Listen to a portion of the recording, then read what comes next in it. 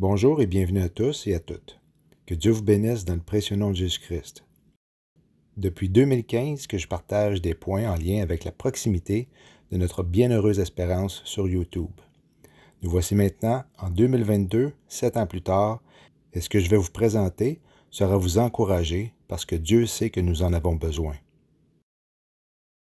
Les 70 semaines de la prophétie de Daniel sont des cycles de Shemitah.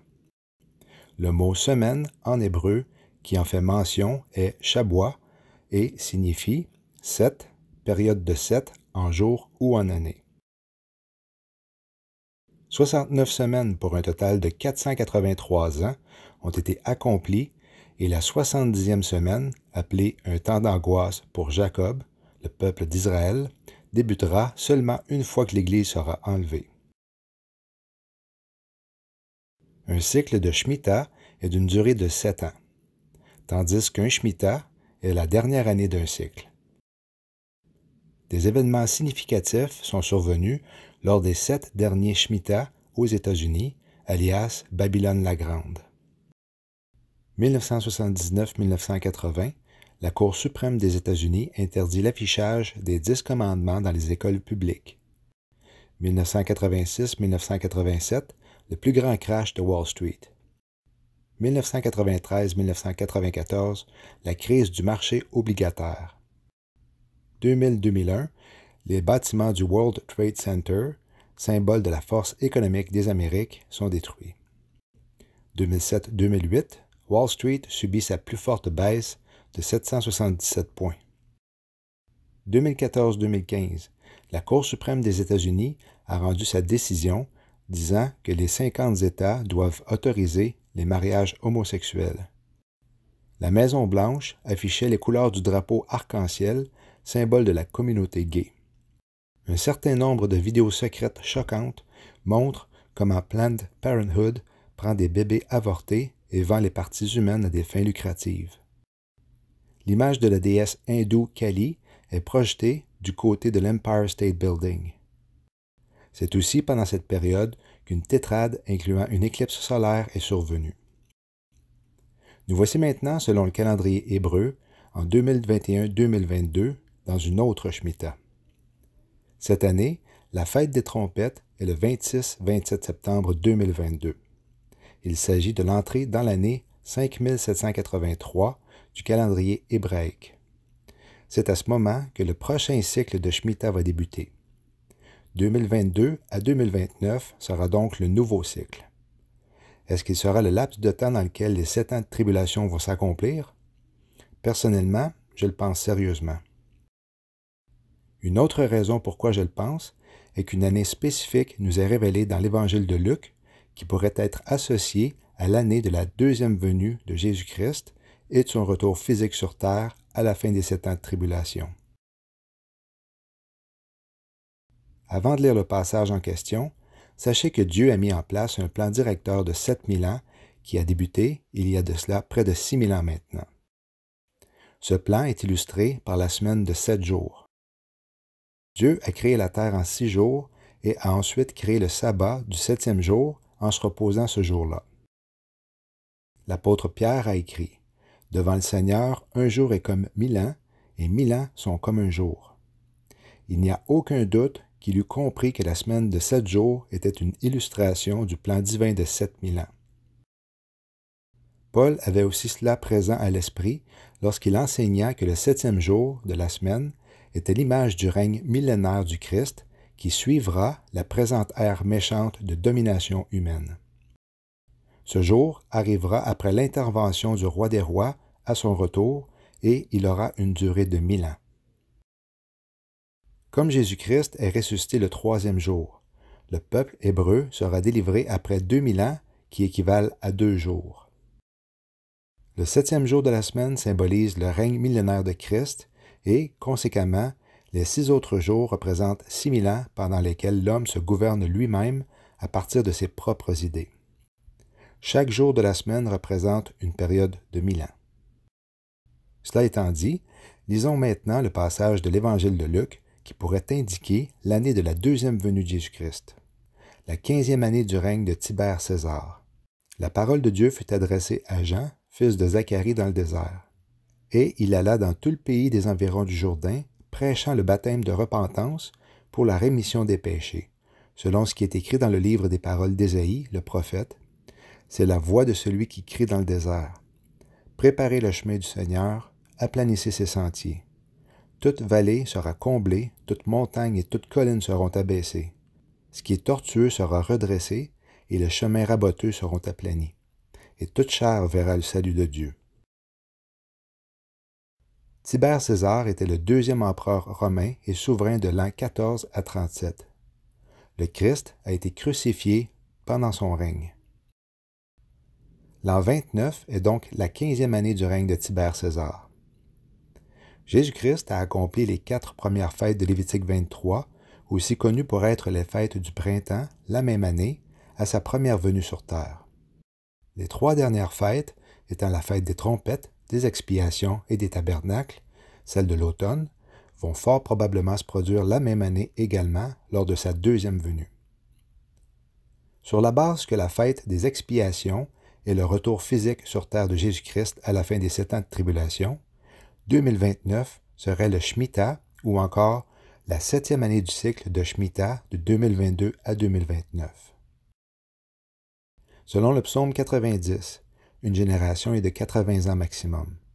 Est-ce que le Knesset, qui est le Parlement de l'État d'Israël, créé en 1949, aurait été le début de ce laps de temps? C'est la 15e année du règne de Tibère César, donc l'an 29, que Jean-Baptiste a repris les paroles d'Isaïe qui mentionnent que « toute chair verra le salut de Dieu ». Le mot « salut » étant celui qui incarne le salut, c'est-à-dire Jésus-Christ. Le mot « verra », quant à lui, en grec, est optamonami, le même que celui de Matthieu 24:30 concernant le retour sur terre du Sauveur Jésus-Christ. Dans l'Ancien Testament, le jour des expiations est le jour de la repentance pour toute l'année écoulée. C'est un temps pour faire la paix avec Dieu. Voici un passage dans Zacharie qui décrit un jour de pardon pour le peuple juif à la fin des 7 ans de tribulation. « Et il arrivera, en ce jour-là, que je chercherai à détruire toutes les nations qui viendront contre Jérusalem. Et je répandrai sur la maison de David et sur les habitants de Jérusalem l'esprit de grâce et de supplication. Ils regarderont vers moi, celui qu'ils ont percé. Ils en feront le deuil comme on fait le deuil d'un fils unique, et ils pleureront amèrement sur lui, comme on pleure sur un premier-né. » Pour la nation d'Israël, c'est le jour de la libération de ses ennemis, mais aussi le jour de deuil alors qu'ils réalisent comment ils ont percé et tué leur Messie il y a 2000 ans. C'est le jour où le monde entier se trouvera face à face avec le Dieu vivant et le verra de ses propres yeux. C'est un jour de liberté pour le peuple de Dieu. C'est un jour de jugement pour les ennemis de Dieu. Pour le Seigneur lui-même, c'est le jour où cette planète est rendue à son propriétaire légitime, c'est-à-dire Jésus-Christ. C'est le jour le plus solennel et le plus saint de tous. Ce jour viendra où toute la nation d'Israël se tournera vers le Messie d'Israël pour recevoir ce pardon. Toujours selon Luc 3:3, notez que Jean-Baptiste prêchait, qui veut aussi dire proclamait, le baptême de repentance pour la rémission des péchés, ayant ainsi un lien avec la fête des expiations. Le jour des expiations est aussi appelé le jour. Lisons maintenant ensemble Zacharie 14, les versets 3 et 4, qui décrivent le retour triomphal du Seigneur Jésus sur la terre pour apporter la délivrance. Le mot « jour » dans Zacharie 14 est « yom », le même qu'au chapitre 9 que nous avons lu. « Et l'Éternel sortira et combattra contre ces nations comme lorsqu'il combattit au jour de la bataille. Ses pieds se poseront en ce jour-là sur la montagne des Oliviers qui est en face de Jérusalem, à l'Orient, et la montagne des Oliviers se fendra par le milieu, à l'Orient et à l'Occident, et il s'y fera une très grande vallée. Et la moitié de la montagne se retirera vers l'Aquilon, et l'autre moitié vers le midi. » Le dernier point concernant Luc 3 est que la signification du mot Jourdain en grec est « qui descend ». C'est à l'accomplissement de la fête des expiations que Jésus va descendre sur terre. 2 Samuel 5, 1 à 5 semble figurer Jésus-Christ et son épouse au ciel pendant une période de 7 ans et 6 mois, débutant avant la 70e semaine de la prophétie de Daniel. Alors toutes les tribus d'Israël vinrent vers David à Hébron et dirent, « Voici, nous sommes tes os et ta chair. Et même auparavant que Saül était roi sur nous, c'est toi qui faisais sortir et qui ramenais Israël. Et l'Éternel t'a dit, c'est toi qui paîtras mon peuple d'Israël et qui seras le conducteur d'Israël. » Tous les anciens d'Israël vinrent donc vers le roi à Hébron, et le roi David fit alliance avec eux à Hébron devant l'Éternel, et ils oignirent David pour roi sur Israël. David était âgé de 30 ans quand il commença à régner, et il régna 40 ans. Il régna sur Juda à Hébron 7 ans et 6 mois. Puis il régna 33 ans à Jérusalem sur tout Israël et Juda. David est une figure de Jésus-Christ. Il est d'abord établi comme roi de la tribu de Juda à Hébron, où il règne 7 ans et 6 mois. C'est après la mort de Ish-Bosheth, fils de Saül, que David devient roi sur tout le peuple d'Israël, comme nous allons le voir un peu plus loin.